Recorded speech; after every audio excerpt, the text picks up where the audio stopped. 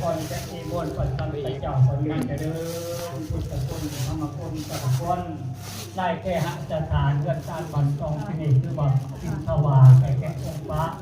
เป็นผู้เจ้านั่งนั้นขนาดนั้นก็พอแม่และเจ้าแก่ยิ่งใต้ดันหน่อยไทยบ้านนอกกันไก่และปั่นไก่กามาหัวพิธีในพระพุทธศาสนาต่างนั้นกองผู้ขาดทั้งหลายที่ไหลเราพักพักทีมนั้นขอเราเอกพุทธเจ้าโบราณจากทั้งหลายจงมาเป็นสิทธิพิญญาไอ้แก่ก็พวกหลักคนทานข้าวแกงและนางย่อมพอบริสุทธิ์ต่างผู้คนน้อยในเจ็บคนจงคนเกลียนคือว่าจับประจุจับประจุจับประโรจับประไพ่จับประจับไพ่จับใจเงินหาเบอร์ทุกอย่างนะแล้วมันจะกล่องเจอแล้วไปสบายใจทุกที่ภารติตลอดกาลนานก็กาด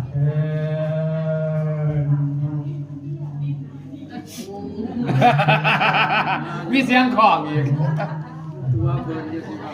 แน่นอนขนาดก็ถือของมากกว่า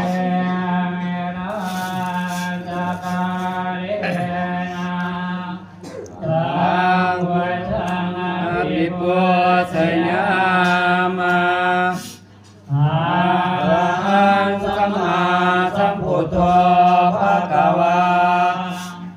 พุทธังภะคะวันตังอภิวาเท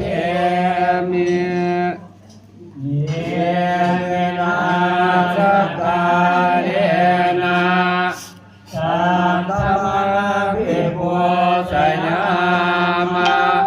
สวากขาโตภะคะวะตา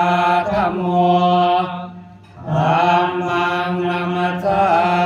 มิเยเมนะสัตตาเรนะสังฆังภิกขุสยามะสุปฏิปันโนภะคะวะโตสาวกสังโฆสังฆังนามามินะโมตัสสะภะคะวะโต